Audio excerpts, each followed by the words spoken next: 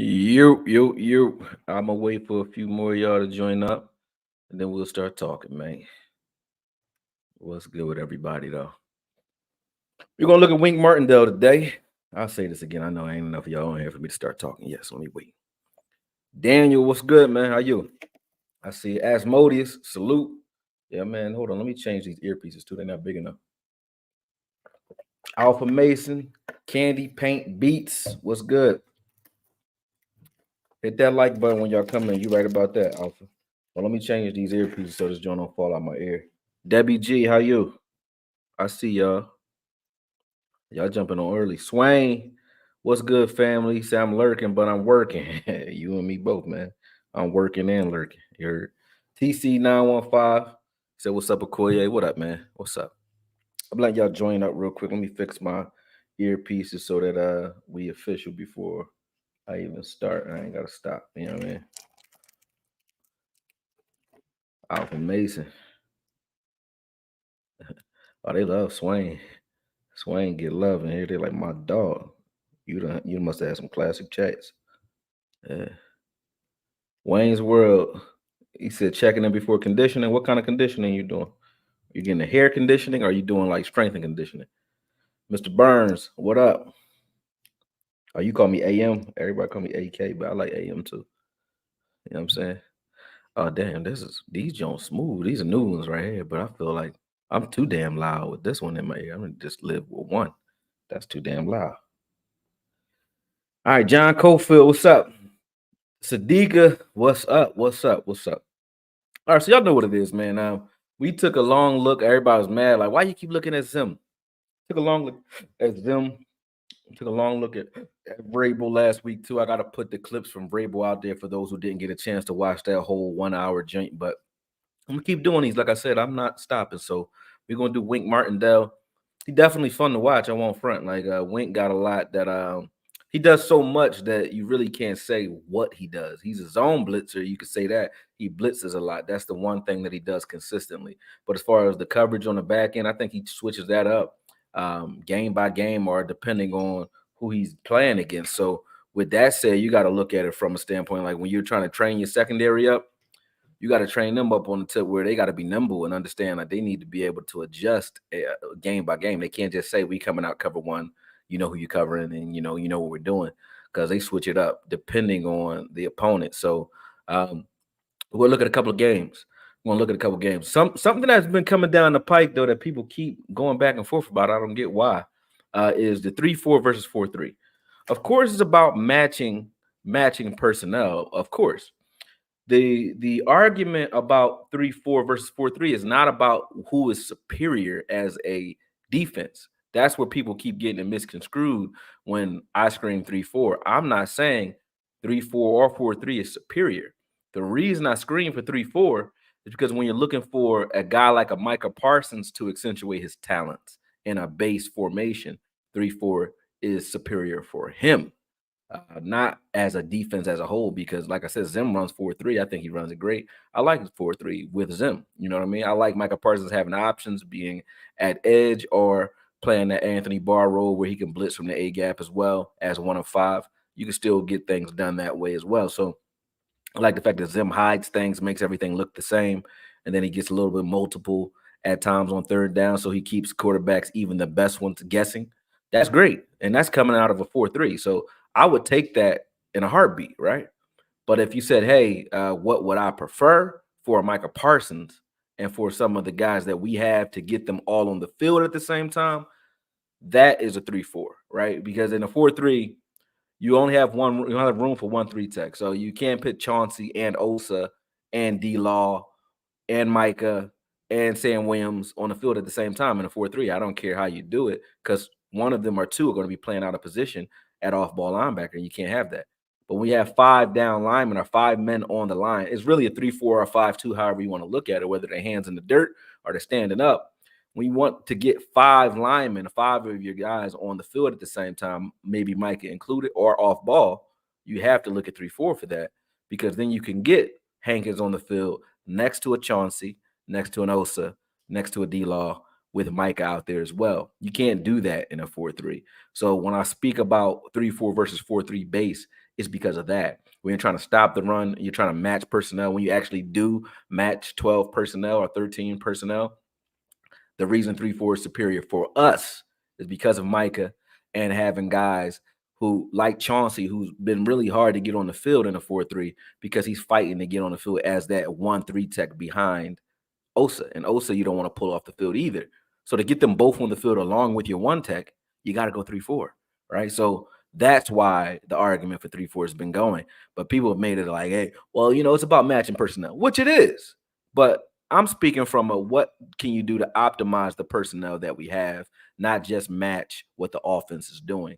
And that is obviously 3-4. I don't even understand why the arguments start going back and forth, you know what I mean? Because it doesn't even make any sense to argue it if at the end of the day, what we're all going after is trying to get more of our pass rushers on the field at the same time. When you're running a 4-3 and Micah Parsons at defensive end, and you got D-Law at defensive end opposite him, 1-3 tech and Osa and a 1 tech, right? Now you have to rely on your off ball, have to have more off ball linebackers to make that work, right? Which we don't have right now, right? And even if we go get them, I doubt they're going to make a big splash in free agency. So it's probably going to be a free agent journeyman, maybe bring Evans back, who knows? Or they're going to go with some young guys who are behind who. They don't have any veterans in that room that could kind of tutor them and get them up to speed. So if you're going to use less off-ball linebackers, you're still going with 3-4, right? Especially if you want them to be young or undersized. So that's where the idea is coming from. It's not, me arguing that 3-4 is just outright better. It's just better for us right now. You know what I mean? But you can put that argument to bed because the film has done it for us, right? AJ Medell, he said, people on YouTube just like to argue and be heard. That's a fact. Yeah, people want to argue. But don't argue with me. Don't argue with me. Ain't no need to argue with me because I ain't arguing with you. I'm here showing you shit, trying to teach, without being arrogant because I'm not arrogant. I'm not smarter than anybody. I just happen to have no job and time on my hands and the stubbornness and patience to sit down and do this work. Anybody can do it if you're just going to speak honestly about what you're looking at and you know how to call it out and articulate what you're looking at. It's not hard to do. So it's not like I'm a genius. It's I watch it. And then, if it works, it works. So real quick, I want to pull that in actually, since we're talking about it before, let more people join up. You know what I'm saying? Oh, I'm not saying I'm not smart. I'm just saying I'm not. It's not like, I'm just coming up with theories is what I mean. Hallelujah. You know what I'm saying? That's what I mean. But when I looked at the 3-4, I said this before in another video. You saw this footage before if those of you were on. But when you look at us playing 3-4 in other videos, you see here bad linebacker play, but still a successful play up front for the rest of those guys. And that's because we got extra bodies on the field at the same time. You have Chauncey and Osa on the field right now with Hankins at the same time. So this interior line right here, they can control this 5-man line on the offense, right? Leaving D-Law with tight ends. You know how he likes to beat up tight ends. And Micah free. You know what I mean? So these type of looks, when you have this, it allows that 5-man line to dominate the line of scrimmage so that those linebackers can do exactly what everybody thought they should have been able to do last year, which is run free because they can't shed blocks to save their lives, right? So if you have that type of issue, you really should look at what we did in 3-4. This isn't years prior, I was theorizing on what a 3-4 would look like when we had Randy Gregory and those guys. But I don't theorize anymore because since Dan Quinn's been here, 3-4 has been a good part of his rotation. You know what I mean? So, and it has been the most successful when it comes to stopping the run. In the Arizona game, I can't find any footage, and if you guys can find it, point to it. But I can't find one play when we were actually in 3-4 where we got gashed. We only got gashed out of the 4-3 or out of Big Nickel. So that's where the theory came from right here. You know what I mean? So this is all 3-4. Actually, this one right here is a 5-1-5 because there's only one linebacker on the field on that last play. But these are the plays that I put together. And there's more than this. These are just the ones I pulled out where you can see. Let me just go back to this. Like, look at how often you got a guy like Micah just running free. Now, if they're passing or if this is a naked boot, Micah's just running free on this play. Look at Micah Parsons on the right side. Yes, he's containing there, but front side, you already have Osa destroying his man. You got DA over there setting the edge, and then you got your linebackers ready to flow with Hankins taking on too. And Chauncey is sort of backside contained with Micah running free. So in a look like this, Micah he's free to flow to the football after that quarterback shows what he's doing, he's free to flow and do what he wants to do. That's why I spoke on 3-4. Same thing here, right? That was 13 personnel. Micah's setting the edge. You got on the backside, you got Sam Williams, backside containing. He's free to do what he needs to do. In the middle, you see Chauncey right here. Chauncey's just wreaking havoc in there. Boom. And you got him on the field at the same time as a Mazi and a Hankins.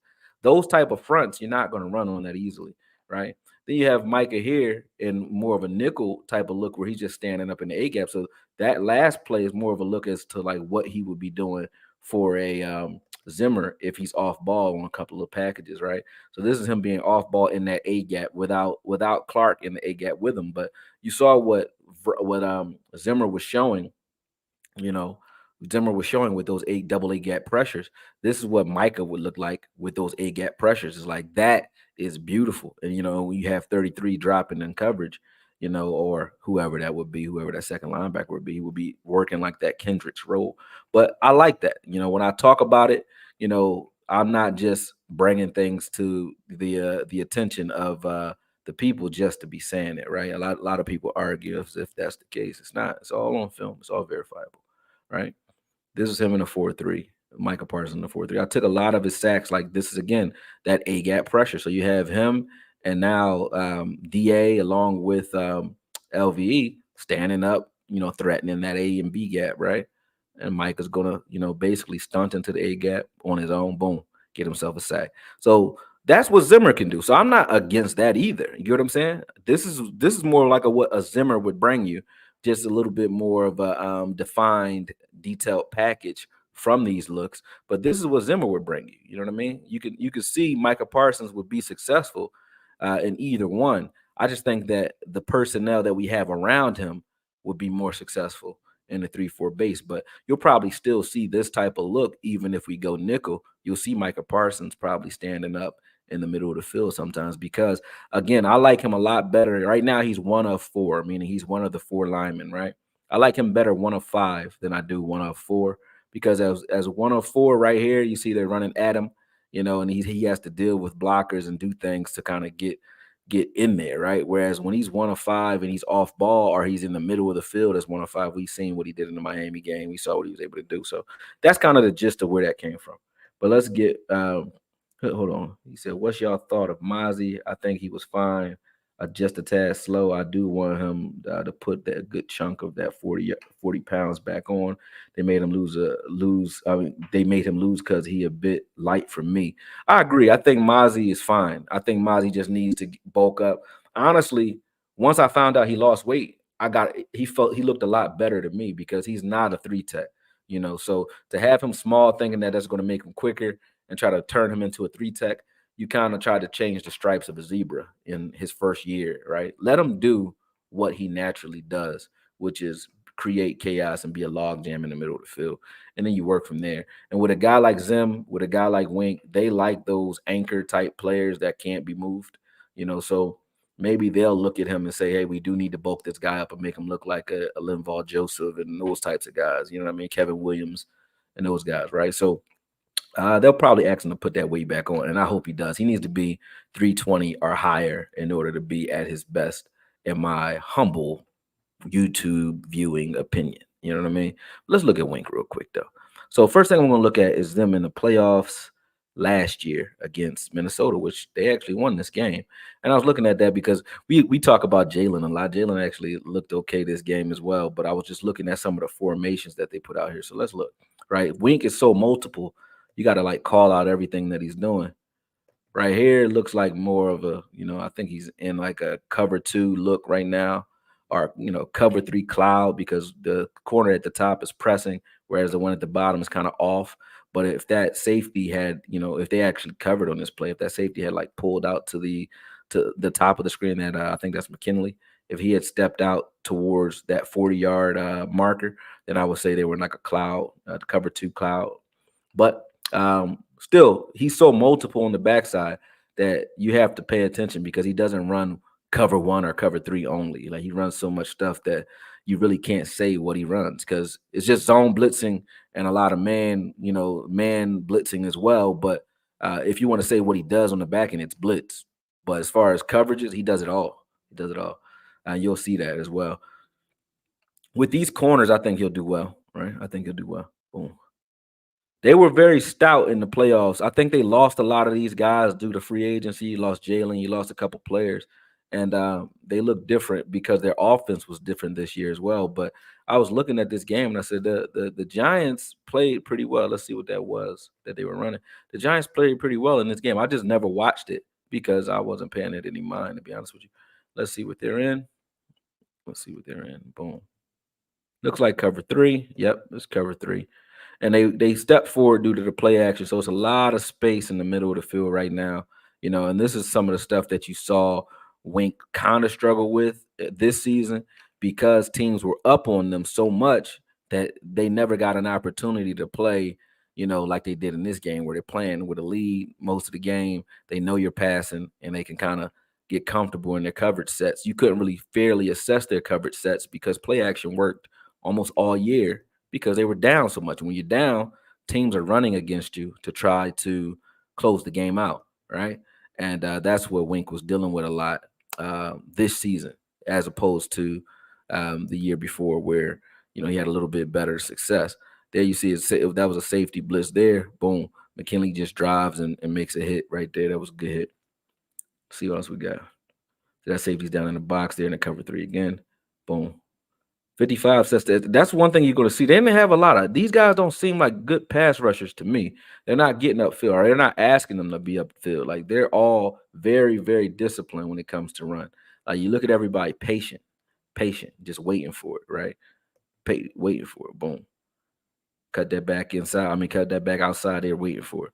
Set the edge very well. That was very fundamental football. All right, right here in a cover three look again. Right, boom. See how long they hold. The middle of the field opens up due to Jalen right there. Jalen could have stayed in that window a little longer. Let's see why he stepped out. That tight end was threatening, but he had help out there. He should have passed that off. Jalen could have passed that off and stayed where he was. He would have forced Cousins to hold the ball a little longer. He moves, and that opened that window up for him to get that ball off. But that was on Jalen. Watch this. Right there. Boom. So he's going through his progressions. Let's see. He gets through two. He looks that off and just throws the ball to Thielen in the middle of the field. He said, what about Bobby Wagner or Levante David? I would love to go get one of those guys, but will they do it is the question. That I don't know. That I don't know.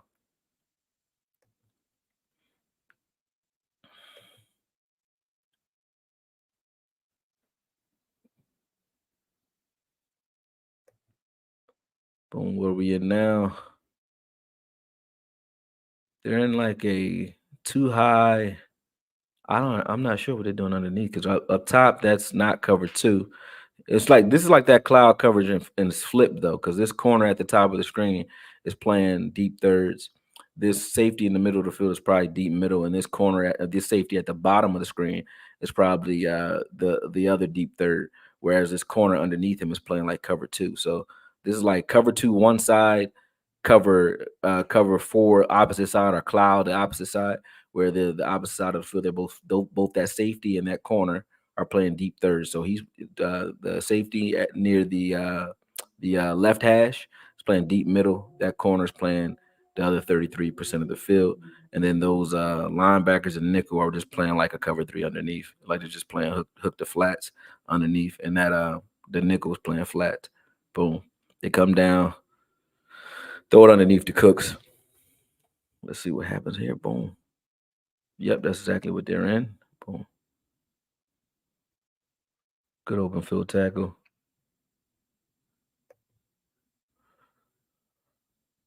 Williams got in there quick. Yeah, they don't play on the ground though. When it comes to the run, just look at their run fits. Boom, quick and violent, and everybody's like attacking the line of scrimmage, but patiently too. Look at this. Boom, right here. Let's see. Their front three take out, or their front four take out about four linemen on their own, and you have 55 over here dealing with a tight end on his own. Let's see. Boom. But didn't matter anyway. Wasn't anywhere else to go.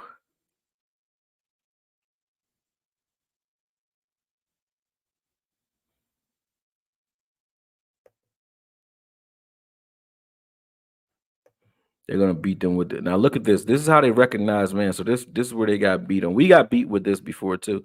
So they like to do these jet motions. Watch this jet motion that they hit them with. It was beautiful. See right here, they recognize man just by taking Thielen over. So they say, all right, that was a man check.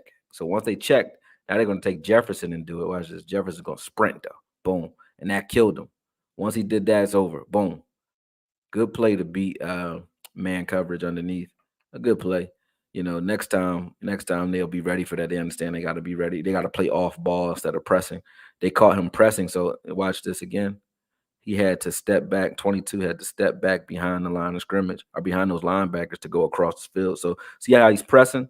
Instead of him being able to go straight across, he has to back up and go like on a loop over these linebackers to get there, right? And if those linebackers were flat to the line of scrimmage, then he can go straight across and he can sprint with them.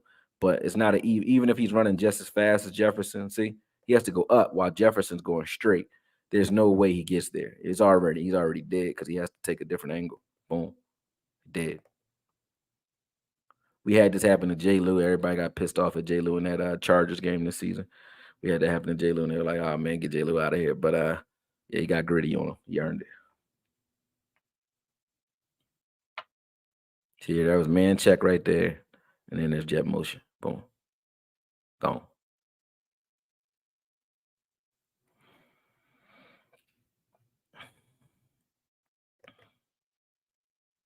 What are we in? More like a cover two, soft cover two. Boom.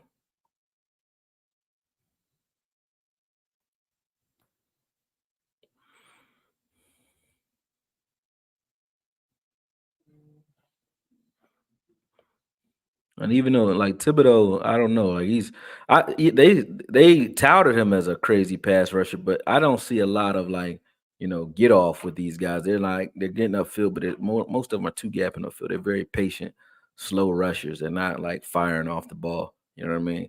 Williams did right there, just made a liar out of me. Good tackle there by Jalen. See what they're in. So it's a reverse. I don't know what the hell they were trying to do with Kirk Cousins there. You said you still on Mike McCarthy for allowing that to go that far, but DQ tried to get too cute. So hoping that it comes whoever comes instills some style of traditional values. I don't know. Like it's very weird what DQ was talking at his press conference. Everybody was like he kind of sabotaged us. I was like, when you look at the way his defense was run all year, excuse me, and they didn't make any adjustments. It's like after watching the Buffalo game, what do you think was going to happen if we went out and couldn't stop the run with our safeties? Like you watched it happen already. So if I'm trying to beat the Cowboys, what am I going to do as a team if I'm Green Bay or from anybody? I'm gonna do what I'm gonna try to do what Buffalo did. So I don't know. They said Wing blitzes too much. Uh, I don't know if he blitzes too much. I think he blitzed enough with the team that he had. You know what I'm saying? When you have guys who can get there without the blitz, you don't blitz as much.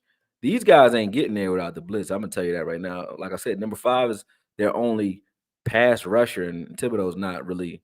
I think that's his name. I forgot to say his name, but he's not crazy.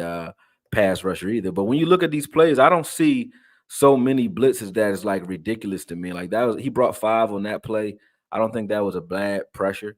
You know what I mean? Right there, he's just bringing 4, and I see a lot of coverage with Wing. I think the issue was the pass rush because when you have these coverages where he's taking all the deep stuff away, but that quarterback can stay back there long enough, he can find the open man. Like right here, see, he can just stand back there for a while. Now that one he kind of he got rid of, but that's because the blitz act, not the blitz, but the pressure actually got to him over time. They're playing cover 2 right now. Yep, cover 2, and there's really nothing open for him early, right? So everything deep is taken away, and he has to Cousins has to step outside of that the pocket and box and get rid of that ball. But yeah, like it gave him time, but it's not like he doesn't have guys like Micah that's winning in seconds.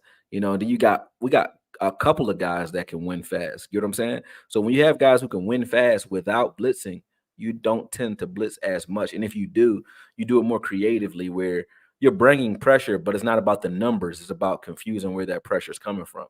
Like sometimes you might see a guy or you might see an offensive line have to make a read where everybody's crawling or mugging the line of scrimmage, but they might only bring 3 or 4. But there's just where are they bringing it from, and where's the offensive line sliding its protection to pre-snap, right? So that can confuse you. So you might see zone blitzes out of him where he's bringing creative pressure, but you don't have to be as creative when those guys can get home, and these guys can't. They're all run stoppers, man.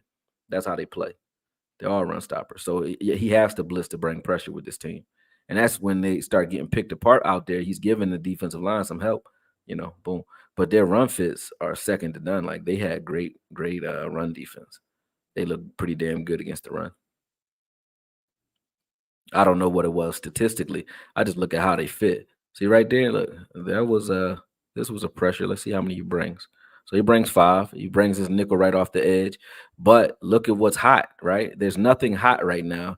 Both those corners are the nickel and that number 22 on the outside. They're over the top. You haven't even got those receivers haven't even got into their routes really yet.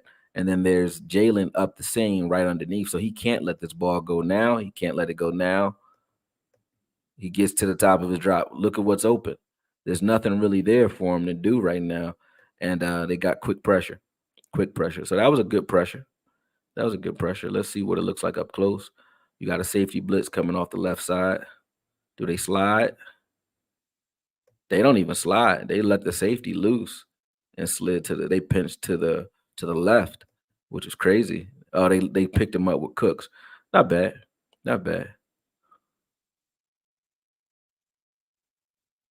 He said, whose fault is it that Wink doesn't have pass rushers? Whoever the GM is. Whoever the GM is. Maybe him for not asking for the right guys. He got he got some players. They got some stout up front. So he's bringing 5 on this play, right? Get there. See what I'm saying? Like if we're bringing 5, that's the difference. If we bring 5 at you and Micah Parsons is one of those 5, you're not going to block that successfully, consistently. You're not. You know what I mean? Our NASCAR package, like this is their third down package. Our NASCAR package is nasty. These guys ain't pass rushers, man. They all got blocked up. You know what I mean? We have a better NASCAR package than that. Even if Fowler leaves, we're better than that.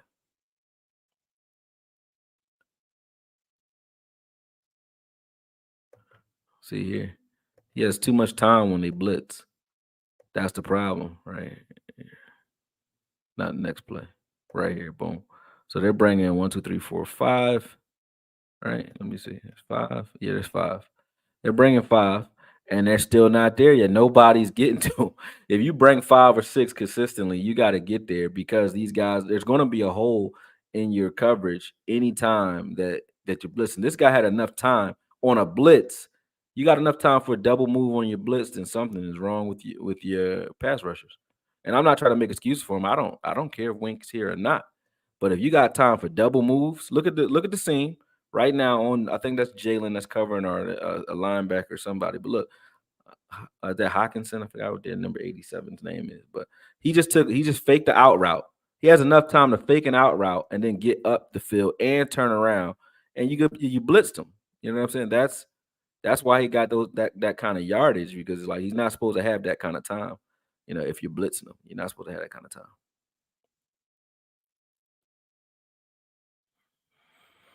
There's Cooks running the counter. Let's see what we look like. This is their big nickel package. And he does some of the safety stuff too. So he got some safeties in there. There's no linebackers behind the line of scrimmage on this one. Right? Let's see what it looks like. They attack the line of scrimmage when they do it though. Boom. He gets free. Let's see what we got here. More like a soft cover too. Yeah, more soft. But look at the time right now. Look at that pocket. Look at that pocket. Who not gonna kill with that? That's nasty. But look at what they did as well. Look at this route. So this is good. This should be a coverage sack, right? Watch this. So watch Jalen. Jalen's gonna take this crosser. That's right there. He jumps that crosser, right? And then 57's dealing with that crosser on the other side. And they ran a double cross. And this dude's just gonna sit down. Once he splits those linebackers, he knows he's gonna sit down right in front of those safeties. Number 17. Watch this. Boom. So they split the linebackers with both those crossers and they picked that up.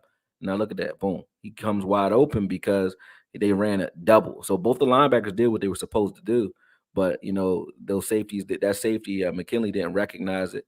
He sat and he waited. He was supposed to drive on that quicker, but it's still a good concept. Look at that. So Jalen takes this cross, boom, and 57 takes the other one, boom. Soon they both take their man, it automatically opens 17 up in the middle of the field. That was beautiful. Just good concept, good scheme, good scheme.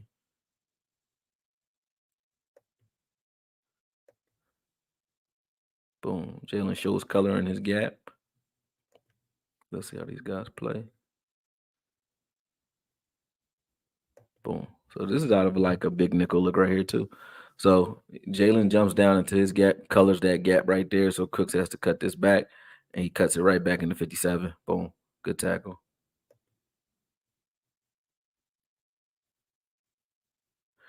AJ Medell said, "Is it easier to plug and play with 3-4 than it is with 4-3?" It all depends on who you have. Like it's not easier one or the other. It depends on what type of team you have. When you have 8 defensive linemen that can start, 8 of them or more. We had about, if you count Micah Parsons as a defensive lineman, think about this. You have Micah Parsons, you have um, Osa, you have Hankins, you have D Law. That's a starting lineup on any team in the NFL. That's a good one, right? And then you have Sam Williams, you have Mazi, you have Chauncey, and you have a Fowler. That's a starting lineup. And then beyond that, you had Neville Gallimore, who can start in this league, and you had Da, who has started. You know what I mean? Fehoko didn't play, but when you can go 13 or 11 deep right there with I probably didn't name somebody. Who didn't I name? I think I named everybody, but even if I didn't, but think about that. You want to run a 3-4 because you can get 5 of those 11 guys on the field at one time, and then you can kind of rotate the pass rushers and the vortex around based on the situation and based on the down and distance. So you can do a little bit more for us because we had so many linemen that we wanted to get on the field that had different skill sets. We have a lot of linemen. We didn't have a lot of 3 techs. Our only 3 tech that was a true 3 tech is Osa. The rest of them were like more 3-4 guys. I think Nev is a guy you like, damn, he's not a 3 tech. You're like, damn, he ain't a 1 tech. What is he? He's a 4 tech. He's a guy that you put him out there in the 3-4, Nev can do some things, right? He still got some pass rushing, got good ability to stop the run from that 4 tech position. You got D Law who can play 4 tech and outside linebacker. You had Sam Williams who could play 4 tech and outside linebacker. So you can get more multiple and plug and play as far as we're concerned with the 3-4.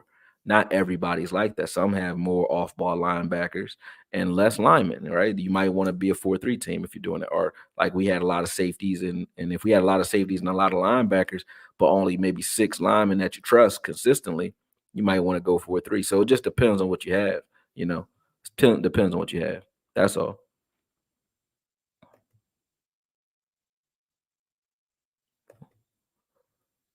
So right now, how many did they bring? 3, 4, 5, 6. They brought 6 on this play. Yeah, they bought 6 on that one and still got beat. See what I'm saying? They got beat on this one. Let's watch this again.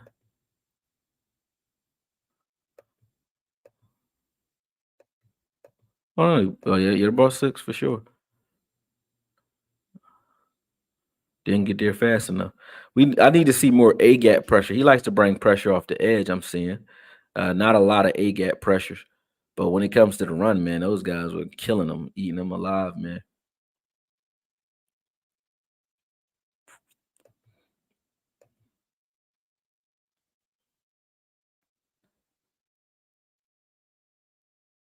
There, interception goes.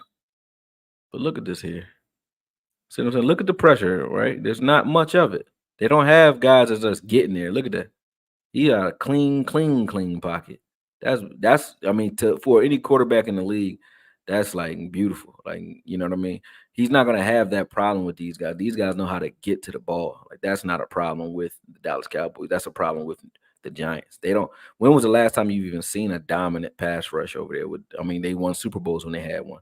They had what's his name? OC. They had Strahan. They had the one who blew his hand up, Pierre Paul. You know what I mean? They had a lot of guys. So and then they had 91 too. Forgot what his name was. But yeah, we have pass rushers, so I don't think that this is a fair assessment for him. I watch what he's doing on the back end, and I like it how multiple he is. And those guys, the reason I like how multiple it is, it means these guys are smart. You know what I mean? These guys are smart on the backside because they have so many different things that they do. They can't just come out and just say, "Hey, all I need to do is play man." You know what I mean? Inside leverage, outside leverage, or off ball. That's pretty much our options. Right now, there's a rub route developing at the top of the screen. There's a good rub right there because he's playing off, and boom, they catch that slant and pop. Good route, good concept. Only 3-man rush, so sometimes he'll bring three.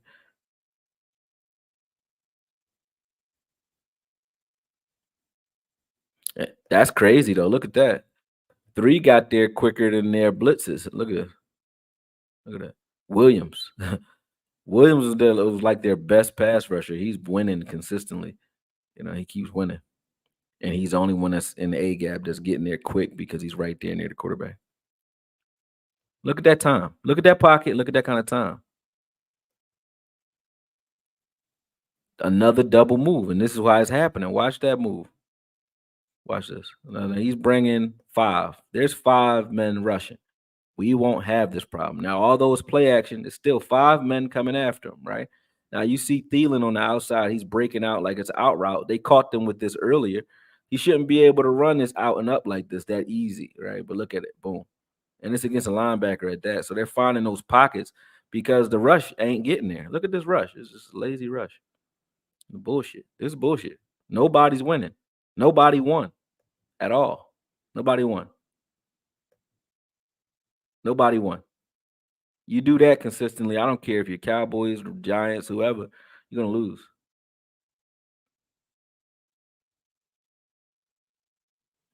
Good tackle, met him in the gap right there by Jalen. Could have attacked the line of scrimmage, I think. Let me see what Jalen did on this play. Could he have attacked or no? Okay, he did. He attacked the first gap, colored the gap, forced a cut back, and then came off that and made the tackle. That was not bad.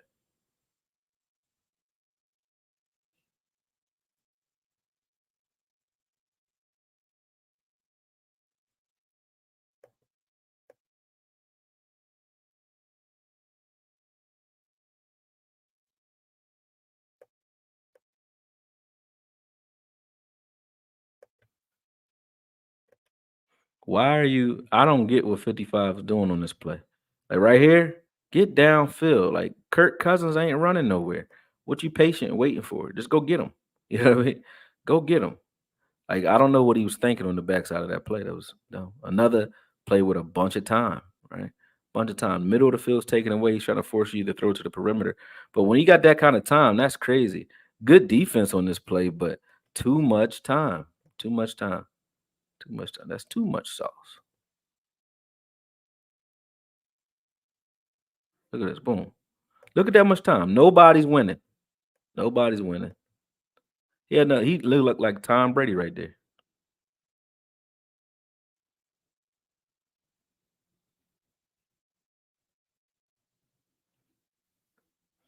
What's going on, Matt? Boom. I know the play action bought you some time, but somebody got to win. You're not standing back there like this against the Cowboys, man. You're not. That's too much time. You're going to be moving eventually. Like they're not going to let you, lock them down that often. In this game, I saw that a lot. Like he wasn't getting pressured enough, in my opinion. See here, right there, Jalen attacked the line of scrimmage, but that was a run blitz. But this is what I mean by A gap pressure. You got to bring the pressure from the center of the field. You can't bring it from the edge every time because they're sliding and they're easily taking that away. Look at that. Jalen, boom. Y'all ain't never see LVE do that. LVE don't do that. Stop it. Y'all see LVE do. Y'all was like, get rid of Jalen. I miss Jalen now. After seeing what we rode out there with Clark and Bell, I was like, shit, I'd have took Jalen back in a heartbeat. Y'all crazy. Boom. He's at the top of his drop. Again, good coverage thus far. But how long do you expect these secondaries to cover? Look at that. Look at the time. Look at the time. That's bad, man. That's bad. Come on, man. You guys gotta get home. You guys gotta get home. Their pass rush was weak. Y'all gotta get home right now. Look, you bringing 5 at that. That look no, that's 4. They only brought 4. Let me see. That look pitiful. Let me see what's happening up front. All right, come on. I gotta do him a favor. Do me a favor, dog. Don't do me no favors. Look at this. Look at this. 2 progressions, 3 progressions. And now you can come back across the field. Like that kind of time is uncalled for, man. It's ungodly. Ungodly. Come on, man. Bam. Good hit. Damn. Let me see what happened here. All right. Tight ends running another out and up. Look at that. But nobody bothered to cover him. I think there was a miscommunication there. Yeah, definitely. Miscommunication. Boop. He was running cover 2, but that corner is supposed to carry. That corner is not supposed to press this. He's supposed to press, but then carry Hawkinson or whatever his name is up the sideline until he passes that off to that safety. He ran this wrong because there's too much space there. They both played the flat. You see that? Miscommunication lead to complications. Smack. Let's see what happens here. See, actually, McKinley was supposed to be covering the guy. You want man? That was man. Look at that. If you following, you in man, buddy. What you doing? Maybe he thought it was a switch. He maybe thought it was a switch because he's looking like he's looking for the switch there, and that corner maybe was supposed to switch off and take 87, but he didn't. So get killed. Schmack.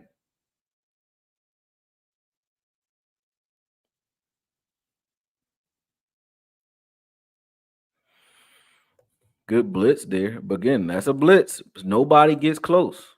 You got nothing but time to do that. Like nobody gets close. These blitzes, like I don't blame Wink for blitzing as much as he did. And this is when they actually went to the playoff. They win this game, actually.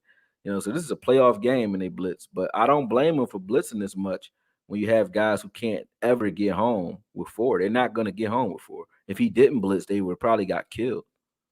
They probably would have got killed. Look at this. Boom. Gonna read the screen very well. Very well read.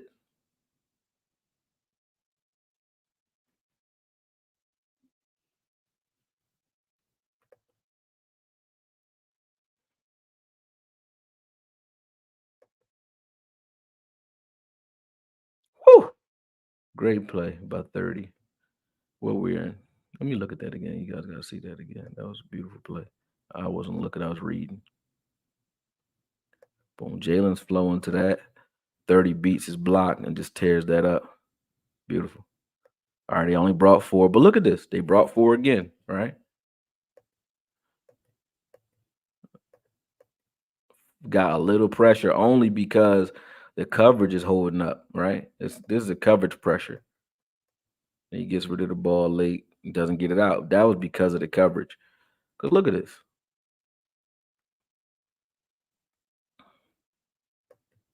See this? Damn. Look at 72. What 72 does to 55 on the side. He cleaned his clock. Watch this. Let's watch this again. Watch the right side. I think that's 55 rushing on the outside. Or 53. Watch it. And smack. I like that. Yeah, Kirk Cousins had nothing to do with the ball. There go, was that Williams again?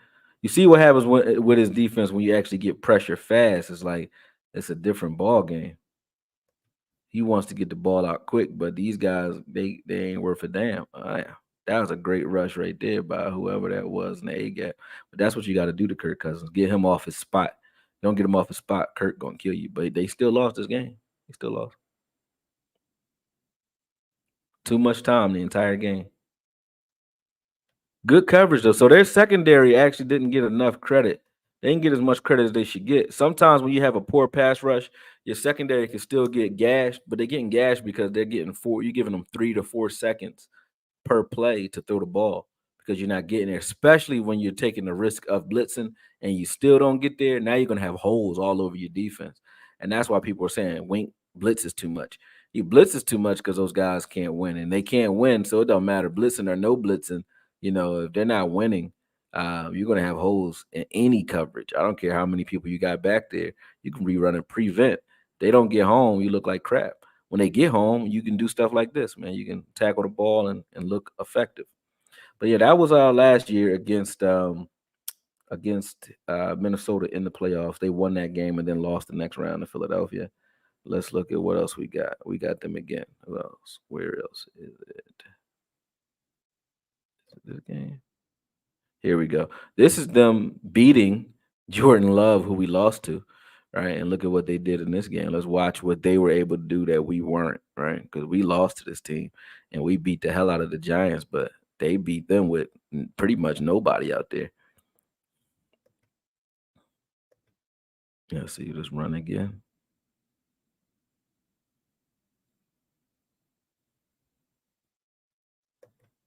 There you go. When you get some pressure, like when he actually gets the pressures he's looking for, even though they still kind of stonewalled that pressure. hmm Boom. Good blitz up the middle. Got the ball out of his hands quick.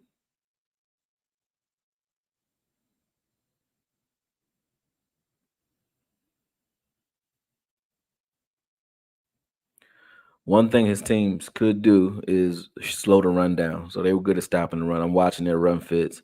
You don't see big gaps. If you do break long on them, it's because one man got exploited physically. Not mentally. It's not mental mistakes. Meaning they know where to be. You just sometimes going to lose a rep. When you lose a rep, you're going to give up a play. But they don't do that consistently in the run at all. You're right, but you only can stop Parsons running to his side if he's one of four, meaning if he's a four-man defensive end down lineman. If he's a 3-4 defensive end, you can't just run at him because he has a guy inside at four tech that can help him out as far as like getting upfield penetration or destroying that side of the field. So him next to a Chauncey, I would love it because Chauncey was at 3-4 defensive end and Micah standing up outside of him.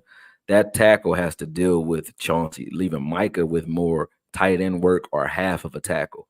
You know what I mean? So that makes it so that Micah can actually stop the run from the line of scrimmage. So for those who say we don't want to move our best pass rusher off the ball, make him a TJ Watt. TJ Watt, the only reason he stops the run better than Micah Parsons as an outside linebacker is because he's in 3-4. And those guys have extra help in those base packages. Here we are. Let's see what we're running. Looks like cover 3.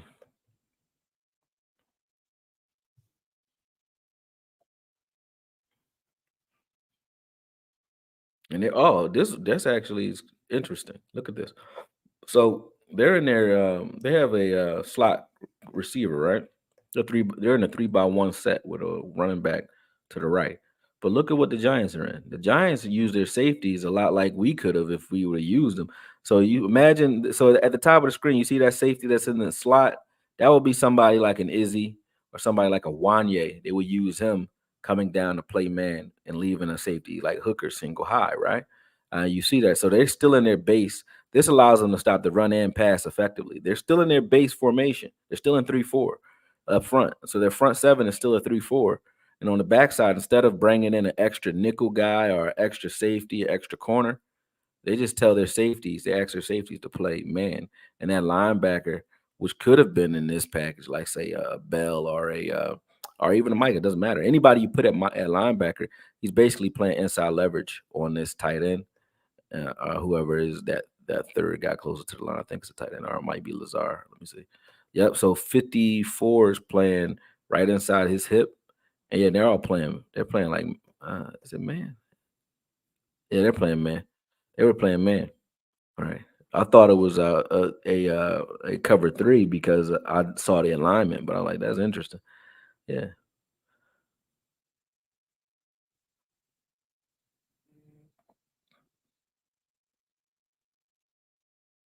They say our scouts suck at evaluating defensive linemen. You're tripping. How? Who sucks? They brought 4 on that play. Let me see.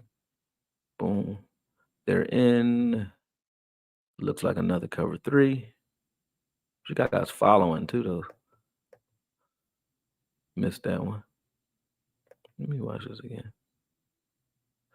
Yeah, they're in cover 3, but they're playing it like man because you see how these guys are following the guys that are in there in their zone. Crazy. Let me see. Very confusing what he's doing. Or match man. Yeah, because you got some guys look like the linebacker wasn't covering anybody in the middle of the field. He just was looking at the quarterback.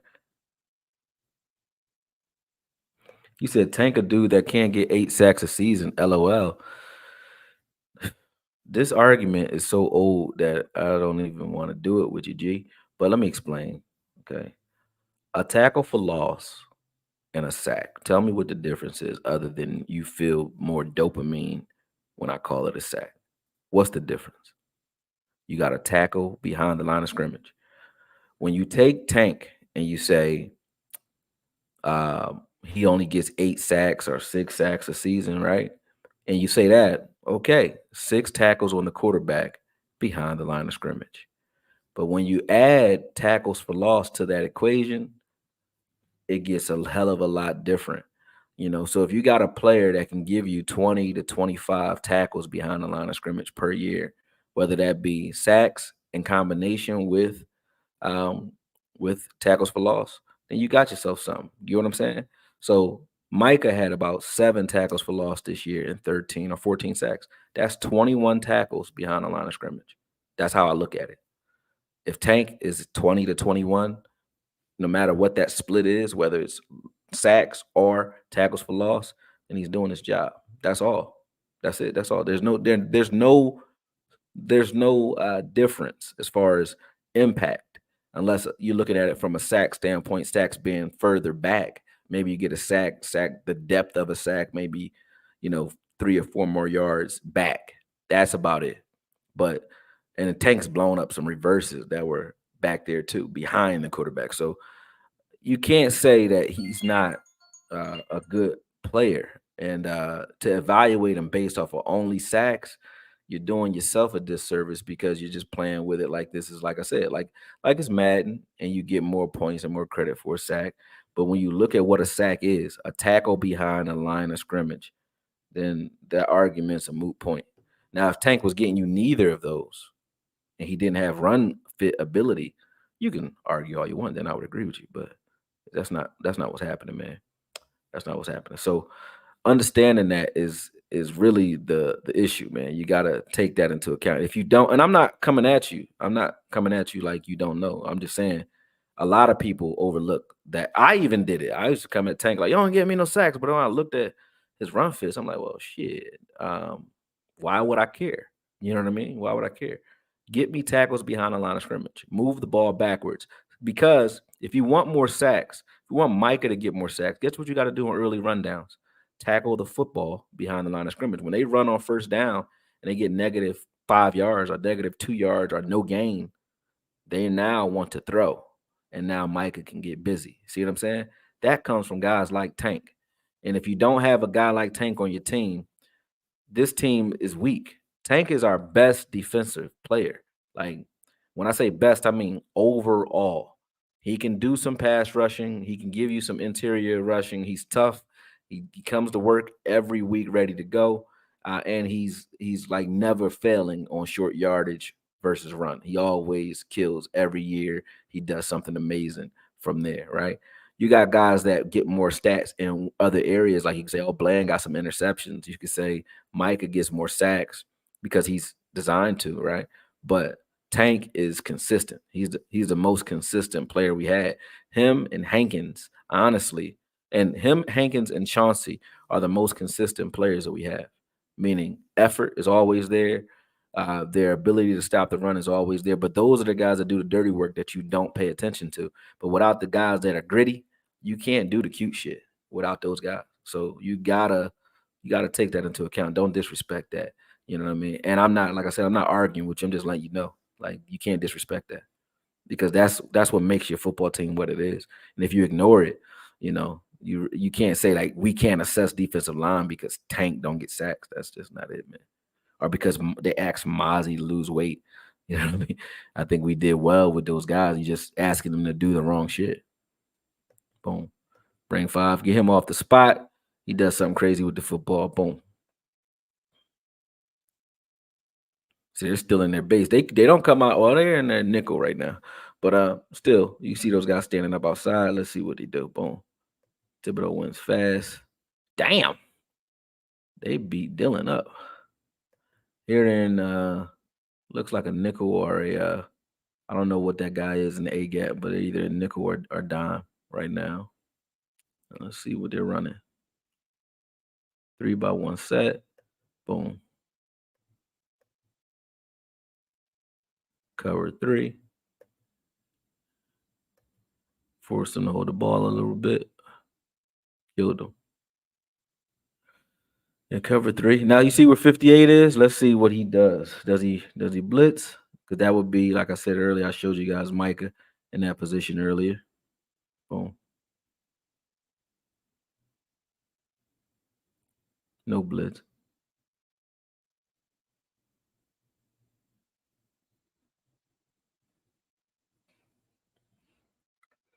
Make sure you guys hit that like button if you're out there. Boom. Now that was on 4th and 1, right? Beautiful play there. Great hustle. Now, mind you, the fact that these guys came out here and they're 3-4 and matched that personnel and then brought 29 down into the box, they don't even want to run. They got Dylan, their short yardage back out there. They said we'd rather pass the ball against this because they knew they were going to lose at the line of scrimmage, which they would have lost at the line of scrimmage right there. And then they throw on 4th and 1 and lose. He gets pushed out of bounds. That ref saw it. Boom. They get the ball back. See where we're in. Another 12 personnel look. Let's see what they're in. Cover 3 again. Ran a lot of cover 3 this game. Uh-huh. That was just good effort by Dylan. That's not the scheme breaking down. That's just effort by one player. I don't count that as you have a hole in your defense. Or, there's no hole there. It's like if you want to look at the stats and say he gave up X amount of yards, but this is a check down, which you're fine with. I'm fine with this check down. You just got to come down here and tackle if you're 27. Can't miss that tackle. But yeah, Dylan just made a good effort play.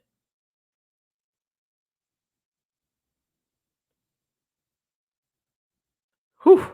Their run fits are beautiful, man. Everybody knows where to be. Their run fits are beautiful. Look at this. Look at 28 on the backside. He ain't over pursuing. 27 ain't over pursuing. These guys up front are breaking down, forcing that action. You know what I mean? Either cut it back or you gotta run right at me, fam. 58 stays strong in the gap, even though he's getting pushed out of there. And then 91 comes and cleans that up. That was beautiful. See what we got here. Look like you're gonna get a pin and pull. Nope. Ah, nice reverse there. Very nice reverse. Why does it work? Because Thibodeau. These guys get caught looking down the line right here, right? Just come down. You know, he used to blow these up, man. Every time he tried it, DeMarcus Ware, because he would break down instead of flattening out and going down the line on an angle like this where your hip is locked. Once this hip is locked, you're dead. There's no way you make this unless you just dive, right? But you're dead. You gotta open that hip and come down the line sideways, right? When you don't do that, you see how McKenzie is number 29 is right now, or 41. That's how 50 number 5 should be right now. He should have his hips open. He should be sort of like breaking down right now, because then he can just drive straight up the field even if he's late. Like right now, he's late. So as soon as he recognizes it, he's already a dead man.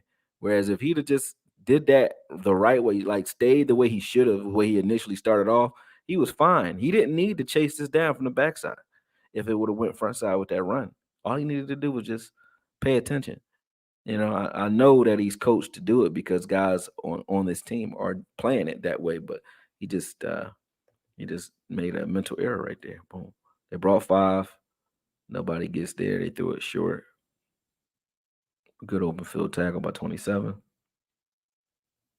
Yeah, surf. Exactly, Mr. O'Shea. Got to surf. We call it heel clicks in boxing. That's a heel click.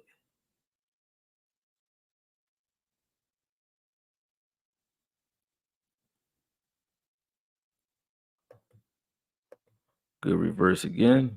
Boom. Boom. Oh, good hit. Like I said, I like Wink schemes. Wink, his run fits are there. I mean, on the backside, I can't really say that they're not good because, like I said, they don't have our pass rush. I think with our pass rush, Wink would be crazy because Wink, when he was in Baltimore, that's a little bit different. You know what I mean? So you have guys who coach this zone blitzing scheme, but I don't see a lot of openness. Like I was thinking because he blitzes so much, I was thinking I was going to see a lot of green grass, and I don't. When you watch his coverages, like here, he's at the top of his drop. There's a man on every man right now. What's going to happen is they have so much time, right? To see you, Matt. Talk to you later, bro. Appreciate you joining, and like I said, talk to you soon. But yeah, but there's so much time that he has time to run an out route right here, right? That guy up the seam, he's gonna run that out, a late out at that. See that he pushes off too, but that's late. You know what I mean? That's late. He has so much time on this play that I can't really fault Wink for that one. Like, look at this. You're blitzing, man. If I'm blitzing, y'all gotta get there so that this don't. So he can't get to this. He shouldn't be able to stand in a clean pocket and do this to me if I'm blitzing. You can't like anytime the Cowboys blitzed. If we brought 5 or 6 guys, you knew, and you're gonna know. Look at this. See what I'm saying? Look at the protection. Let's see who they leave in to protect. All right, so they leave 85 in. All right. They did have 7 blockers against six six rushers. Well, one or two of them aren't rushing. They're really just playing match man, waiting for the spill. But so you're really bringing 5 guys. But these guys are all one on one. You're all one on one because of the blitz. You got to win. You got to win. They did the secondary dirty on them. You got to win.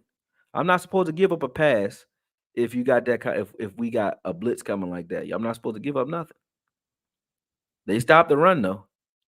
That's why you can't go away from it. Here's their base. Let's see what they're doing against the run here. Stop the run again. Like they do that routinely. You're not running against them. 91 reminds me a lot of Chauncey the way he plays. Watch this. Watch 91 on the left side. Watch this. Boop.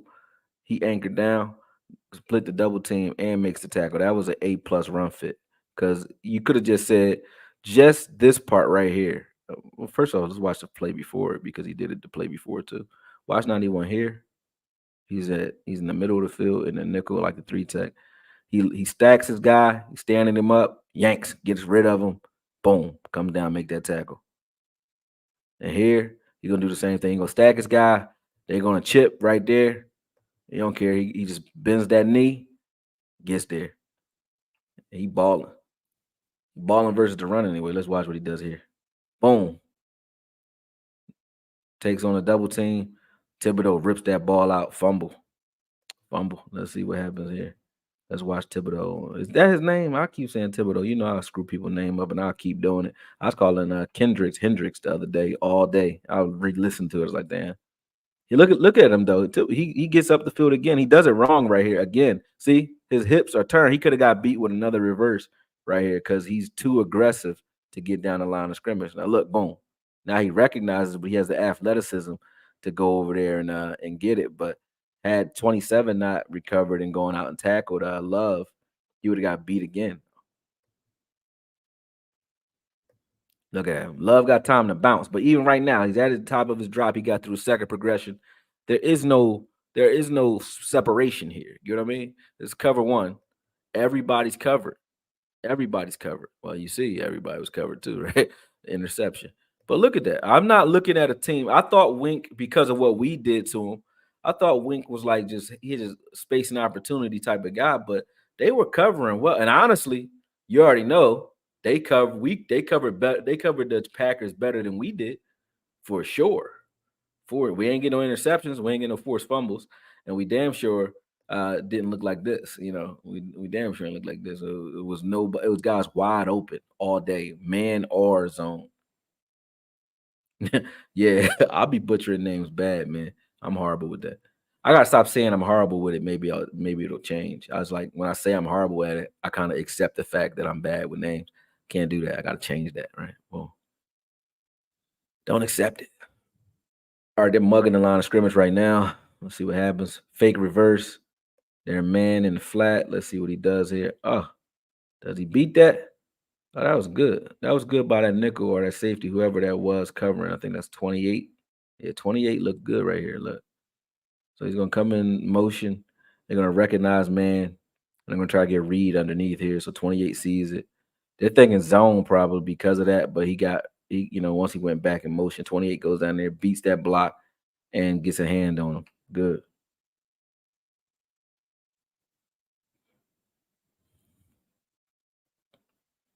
Mugging the line again. So he got his own double A gap look right there. We don't do this a lot. We didn't do this a lot with Dan Quinn, but they're mugging the line right now, and you kind of don't know what they're doing either.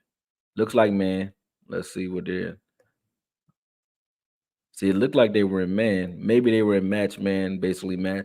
Maybe a inside release. It would have been 28, but no, they're in zone. They faked like they were in man. They're in zone. They're in zone. Good coverage. Oh man, he messed up at the end of that route. No, he went that back because that was good coverage. He had good position too. So they're in zone. They played a cover 3. It looks like. No, that's a cover 2. Both safeties are deep. Let me see that again. Both safeties end up deep. No, they don't. That safety down the bottom drove here. Oh, they switched it up. So, okay, so this is like a weird cover 2. Watch this. Let's watch what's happening. Okay, who blitzes that about? Somebody must have blitzed. Did 25 blitz? Yep, that's what happened. I said, well, why the hell is he covering the flat? So 25 blitzes off the edge. He's at corner. So that safety rotated. McKinley rotated to the flat. So this is cover 2, right? So he's rotating to the flat. This single high safety's playing deep, bottom half of the field. And this high safety that looked like he was a man. See, watch this before the play starts. He looks like he's a man. They disguised this pretty well. He looks like he was a man. This next play, watch this. So watch 28 when they fake this motion. Watch that. So he acting like he's a man. He's not a man. He's playing deep zone on the left side of the field. Watch this. Smart. So they got them to check into a man call right now. That's what they got. But they're really in cover 2 right now. So this safety is going to get deep. He's going to give up a pass interference though. This safety that single high is playing the right side of the field, and that safety that was right side is now driving to the flat. So watch where McKinley drives. See, now you're in a cover 2. Get it? These guys are in cover 2. That was beautiful. And he made a good play on the one. That was a bad ball. Good coverage. He just got there too early. I know he pissed off and that's a good call by Wink. Like, you don't know what the hell they're doing right now. You don't know what they're doing. This is a good zone blitz right here. So this is what you can expect. Let's see what they do up front. Then they had 58 right up the A gap. You bring Micah there with a corner off the side. And then they still don't get there. That's the other thing. You guys got to get there when you get that kind of pressure. You can't hit that early, man. You could have jumped that route. Damn. No, he mad behind that. Where we in? A soft cover 3 looks like. A very soft cover 3. He said, do I think we free Wanye this year, Anthony G? Yeah. Yep. I think we should.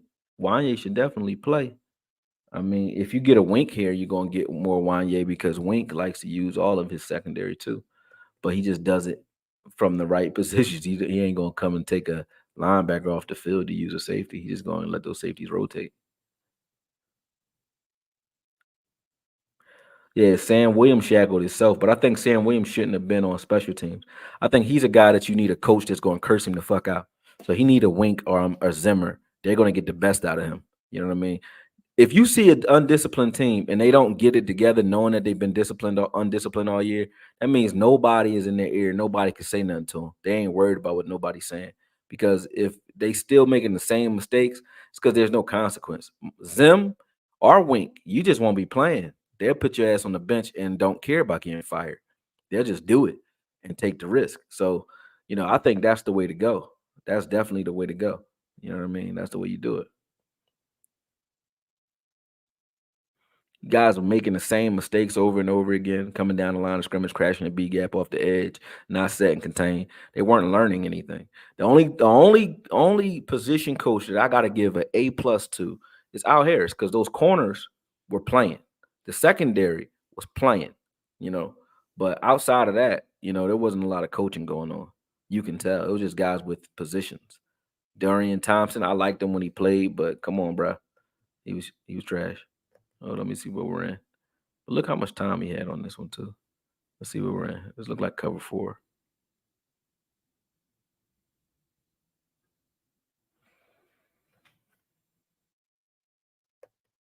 Yep, cover 4.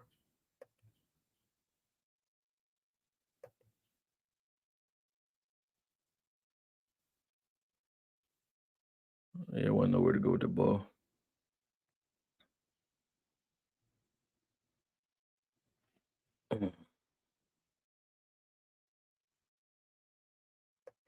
But you see these rushes though.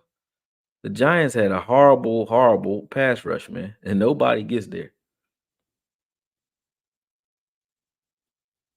Yeah, you need vets in every room. I think linebacker room needs a vet. We need a guy like Sean Lee to be the linebackers coach, and I agree with Law when he said that. And we need a vet at the uh, at the linebacker position that can coach on the field. Somebody that knows what he's doing, and he don't got to play the whole year. 97 just killed that line. Boom, boom. So the 91, 91 be balling over there too. I like him. I like the way Wink rolls out he uses his big men as defensive tackles. He ain't asked none of them to lose no goddamn weight. They all look like they eat fucking Burger King still, the human meat kind, not the real cow. They eat the HGH, human growth hormone, lab meat. That's Kennedy, right? I think that's his name. 97. Look at what he got him throwing into.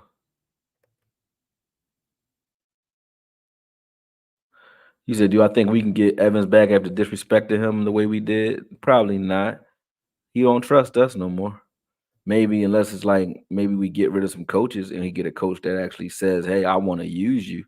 Cause that don't make sense, man. Evans could ball and the way I would be pissed too because you not playing because of a guy like Clark, who I can't find. I can find plays for Evans and he never played. He very rarely played. I can find plays where he made plays. Even the Buffalo game, he jumped in and got a tackle for loss. I could find plays where he made a play himself, right? And he very rarely played. I don't find plays where I say Clark made a play. He didn't make. Oh, that's Lawrence, Dexter Lawrence. My bad, Dexter Lawrence. Boom. I know who Dexter Lawrence is. I just don't know names. Boom. Off of the number. Maybe I should start playing Madden more. I remember everybody. 91 be balling too though.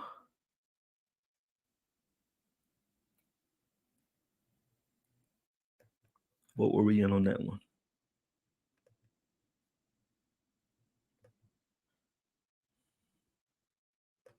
Everybody in man, 2 man under. Got too high safety. Those safeties just sat on everything though. Lazy safety play, man. Y'all ain't had no idea as to where y'all wanted to break. But look at the safeties. All right. Well, I guess he's split between deep middle, but you see that deep middle is funneling towards your other safety anyway.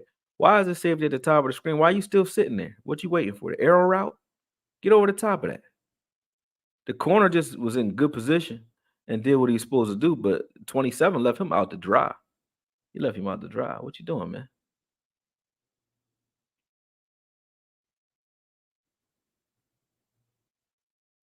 I don't keep blaming Quinn. I blame Quinn for what Quinn is responsible for. That's all. Quinn is responsible for the packages he put out there. He had Evans on this team.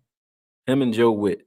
Y'all had Evans on this team. Y'all knew Evans was on the team. Y'all could have said Evans needs to play.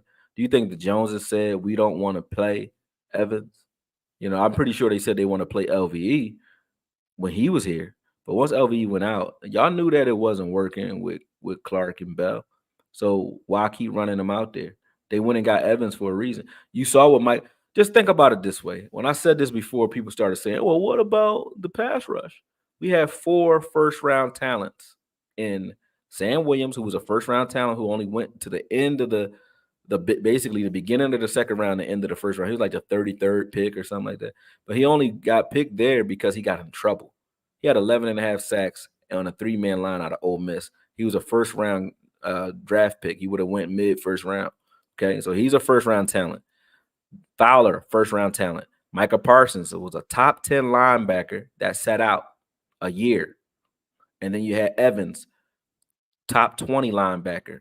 He got picked right after or right before LV, right? So you got 4 players that could be on the field at the same time. If you just take Micah, put him in the middle, and take Evans and put him in the middle next to Micah, they're killing. And you got 2, you don't have to worry about the pass rush, because what you don't have in Micah being there by himself, you can make up for with Sam Williams and Fowler being out there. So it's like, come on, bro. That was on Quinn right there. We would have stopped the run very easily, and we would have won more games doing that.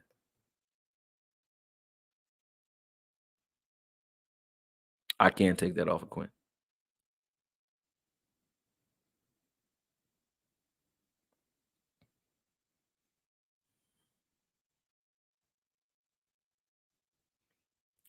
Yeah, he made no adjustments, like you said, Anthony. And he brought Neal here as a safety. It wasn't just the Joneses. He's the one that decided to keep all them damn safeties. When you watched, I'm gonna show y'all what our linebackers were doing. If I can find the footage, I'm gonna show you what our linebackers were doing before the season, preseason. I'm like, they all was playing good. You know what I mean? Look at that pass. That was a good pass, but look at the window he had to put that in. Look at this window. What are they in? All right, freed up somebody in the zone, top of the screen. What are they in? They're in cover 3. But look at that window right there. I like that. You bobble that ball, or if somebody can make a play on that ball, that's an interception because you got all those bodies around it. He just made a good. He threw it in the window. Good pocket. Good tight window throw.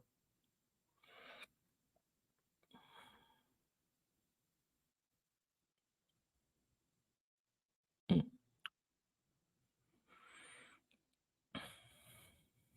Let's see what this last one. Only a couple more plays left. We done.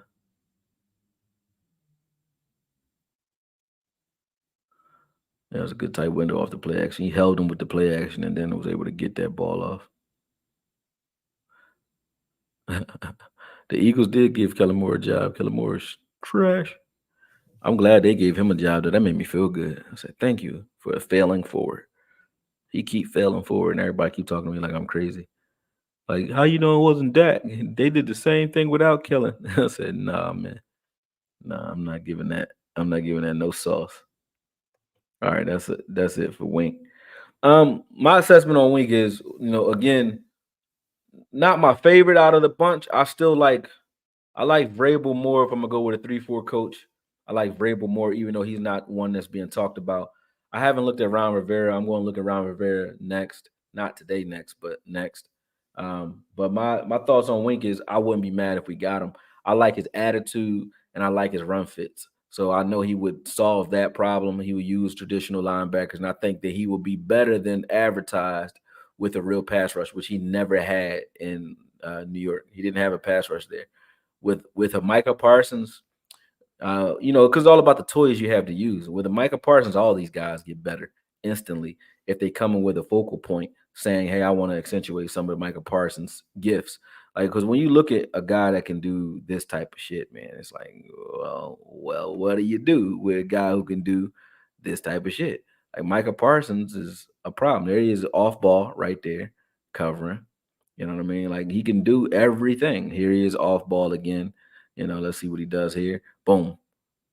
Run fit off ball. Beautiful. You know what I mean? You got a guy that can do all these things. Now he's got his hand in the ground. So these are things that he can do for anybody. You know what I mean? He don't even have that wasn't even a good rush. He didn't do anything with his hands. He did that little shoulder dip, got caught on the dip, caught some wind coming up, and it was like still made it though. You know what I mean? So like having this guy here is a chess piece that any defensive coordinator wants to be able to play with, because look at all the spots. Like, for those who say he wouldn't look good with a Zimmer in that A gap, this is where he would be in that A gap. Look at how quick he wins, and look at what happens when he wins that quick. When you win that quick, your defense has time because they're not getting beat off. When you got a guy who gets beat off the line of scrimmage, you got a bad corner, right? These guys don't get beat off the line of scrimmage. They get beat at the top of routes or off double moves. When you don't have time to get to a double move, you know, I don't see you being able to kill or exploit this, right? And if you're asking me who I like as far as like a Micah Parsons is concerned, versus a Zimmer or Micah Parsons, if you're looking at who has the best scheme, the safest scheme, where I know it's going to be good no matter what, I'm looking at Zimmer because Zimmer, what no matter what he does with Micah Parsons, I know Zimmer has a great scheme that's easy to learn, because it's just predicated off that double A gap pressure. It's easier to learn, and I know all these guys will benefit from it, and we have the tools to use.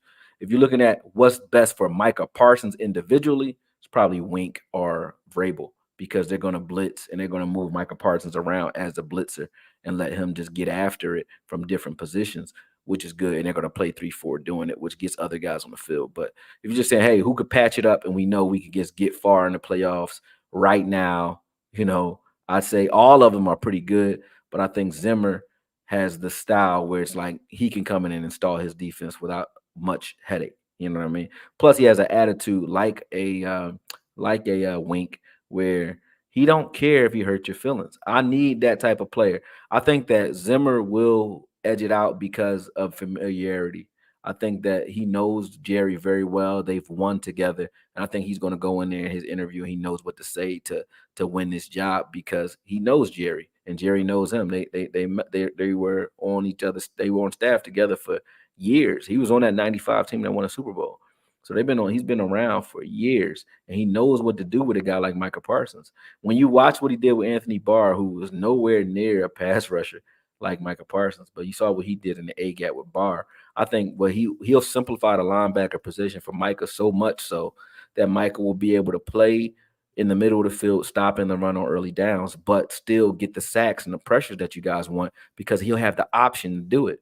Based on where the center points, you saw that Kendricks and Barr would decide who blitzes based off of who points. So if that center point left, they say, oh, on film, when he points left, he slides right. When he points right, he slides left. So once they figured that out, then they had that center have to switch that up at the end of that half. He's like, all right, now I got to point left and slide left. You know what I mean? They had to switch it up. But even if you're doing that, with a Barr or Kendricks, they're not pass rushers. So it doesn't matter, right? You can block them. That center can block them by itself.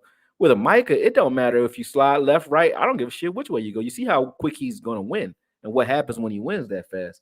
That's what's going to happen if you line him up right here over and over again in the A gap. So in this film, you see he's over the center most of the time.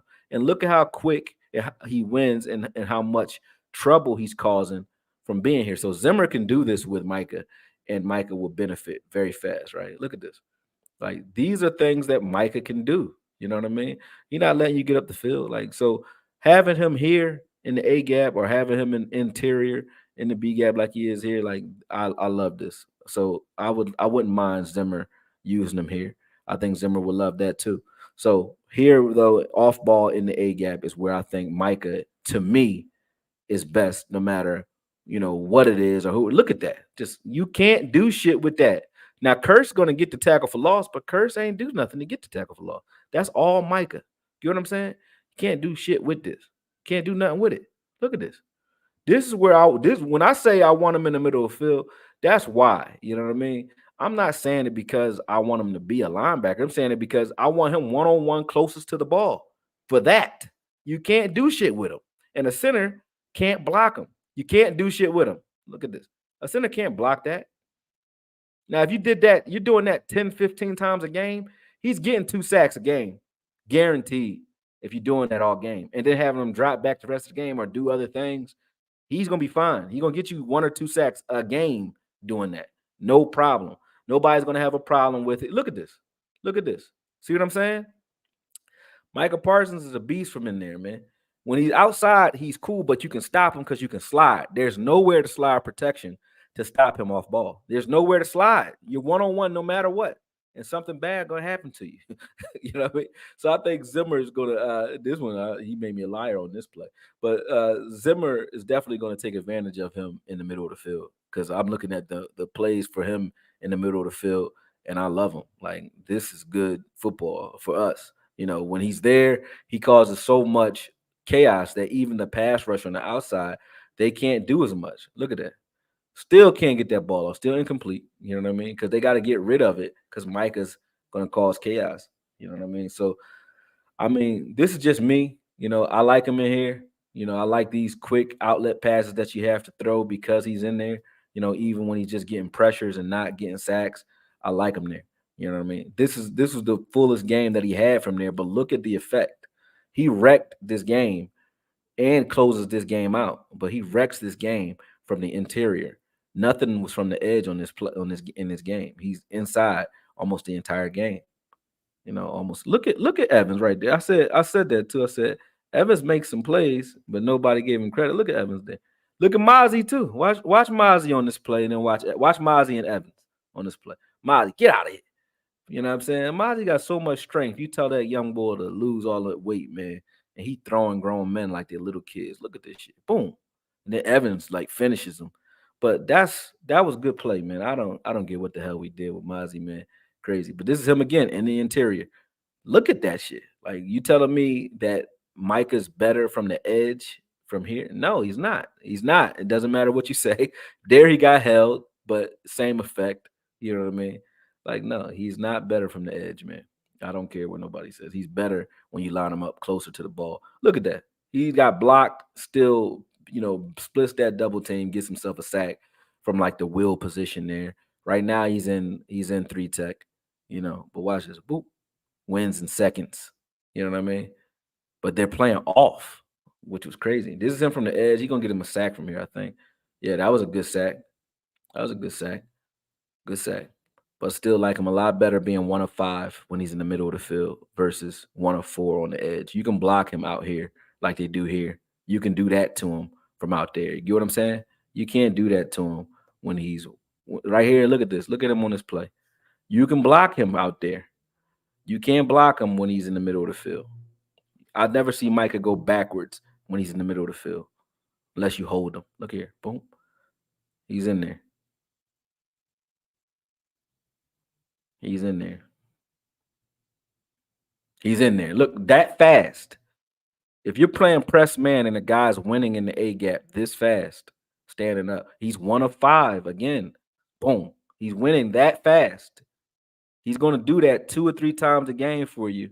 You know what I mean? So I don't get what the argument is. They're arguing like it's about preference. I'm not arguing preference.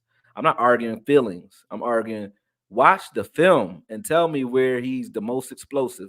You take your fastest player, you put him closer to the ball, and you let him do his thing. Look at that.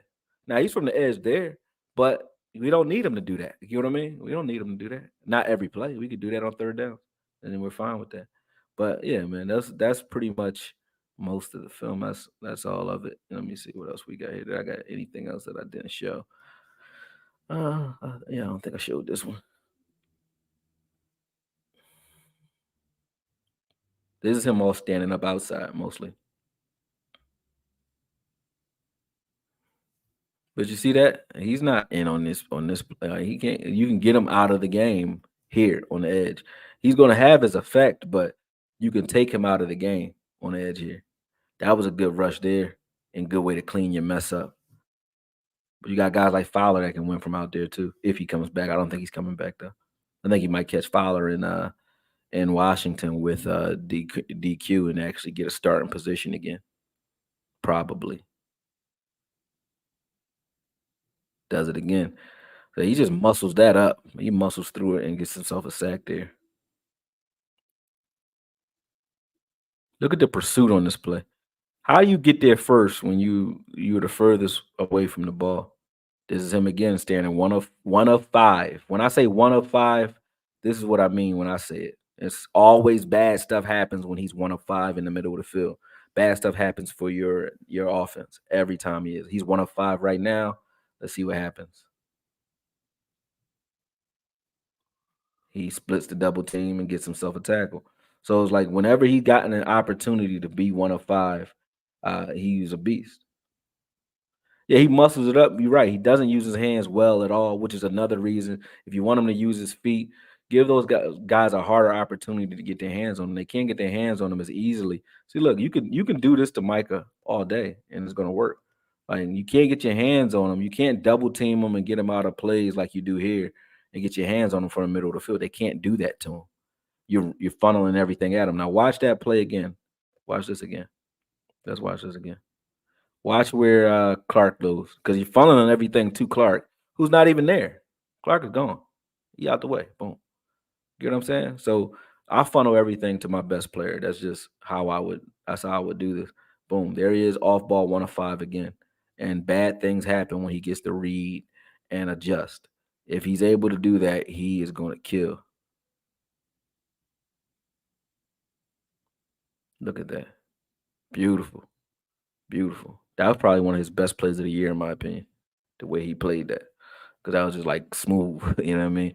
This play here, him and D Law are going to take out 5 blockers right here.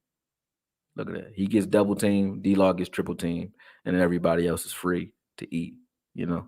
So that's why I say a guy like Zimmer probably is going to win this out due to the fact that the things that I'm seeing on film, even if you didn't want to change the scheme up too much, the things that you see on film right now, Zim can work with when it comes to Micah Parsons. He can work with that. But yeah, that's it, man. We was on for an hour and a half. Y'all know what it is, but you understand how I come to these ideas. I might be stubborn on them, but it's a lot of film, and I haven't even dropped all of it. It's even more. Excuse me. It's even more than this in there. You know what I mean? Let me see. Remove from studio. Remove this from studio.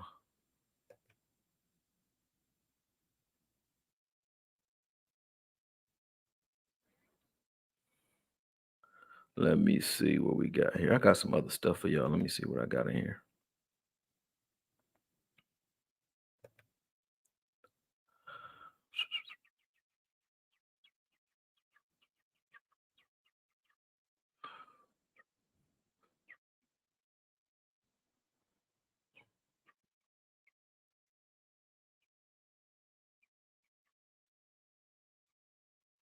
Let me see what else we got in here. Huh. I don't think I got any more film I want to use for that. Yeah, I might have put it. I might put it on another. That film probably on another video. Yep. Let me see what this one is. I'm just saying what this is. I don't know what this number 30. Y'all can see. Oh yeah, that was just me preparing for Jordan Love. Let me go back. All right, don't matter. But yeah, you see what it is. It's a shame that Fowler didn't get a lot of playing time. He's so quick and violent off the edge. Facts. Those guys, he'll probably follow. Like I said, he'll probably follow Quinn over to Washington now that he's freed up. I know Quinn will probably give him a call. And then they got Jabril over there who probably will play now. We'll see. We'll see for sure what's up with Dan Quinn if Jabril gets kicked out of there too. Like if he does Jabril dirty over there, then you know it was Quinn. If Jabril gets his playing time and you see him become a guy over there, then maybe Dan Quinn was sabotaging. He said, "I'm gonna send my guy over there and take him." But yeah, he's definitely gonna poach a lot of these players that the Cowboys are letting go for sure. Yeah, yeah, for sure. So, we'll see. We'll see what's good. But appreciate you guys sitting for this long session. That was Wink Martindale. If you ask me who I take out of him and Zimmer, it's probably Zimmer. But I still like what Wink offered. I like his temperament, just like I like Zimmer's. I like the 3-4 aspect a little bit more than I like Zimmer's 4-3. But I like Zimmer's temperament, and I like how easy Zimmer's style is to learn. He has a very player-friendly scheme both from we have safety strength and we have strength when it comes to pass rush uh, with our linebacker Micah Parsons. And I think if you look at Harrison Smith and Anthony Barr, and you say, hey, that's going to be Micah Parsons and Wanye or any of our safeties, I like that. I like him because he's not just going to make the pass rush better. I think he will make those safeties better as well. So we'll get more out of Hooker other than just single high. Like Hooker will get to show you his full skill set. Use him near the line of scrimmage sometimes. Move these guys around where both safeties are asked to play, high safety, not just in box safety. So I like what Zimmer brings for the entire team versus just Parsons. Whereas I like Wink. What Wink will do with Parsons would be crazy. That would be scary, man. If he's in a 4-3, I mean a 3-4, and he's able to fire off from anywhere the way they do, like Wink blitzes everybody from anywhere. You're gonna see Micah Parsons all over the place, man. So either way, I'm happy with it. I just didn't like what Dan Quinn was doing at the end of it. I like a coach that's here to be a coach here. I don't think Dan Quinn wanted to be here anymore. I want a guy that wants to be here, not trying to get a head coach position, just wants to be the Dallas Cowboys defensive coordinator for years to come. And I think with Mike Zimmer's history here, he might be that guy where if he had to, you wouldn't mind considering him for a head coaching position. But he might be one of those guys like Jim Johnson, Dick LeBeau, Dom Capers, who had the opportunity to be a head coach, but now just says, like, man, I'm gonna do what I do best and just keep doing it. Like who else? Jack Del Rio, those type of guys. But let him just stay here, man. Appreciate you, Soul Goddess, showing love to the channel. Thank you. Soul Goddess said, Darius always dropping that knowledge for y'all. I appreciate that. I don't want to see Fowler with the Bama boys in Washington. Yeah, Fowler next to them boys. Eesh. Fowler coming back to Dallas with Dan Quinn. Just say Dan Quinn is a formidable opponent as of right now. I think Dan Quinn doesn't like some shit over here. You know what I mean? I really do. I think he had a problem when he left because I think there was some subterfuge there. But who knows? I just don't know. I don't think that it was as clean in the playoffs as people made it out to be. But I ain't gonna get into the theories. Talk to y'all soon, man. I'm out.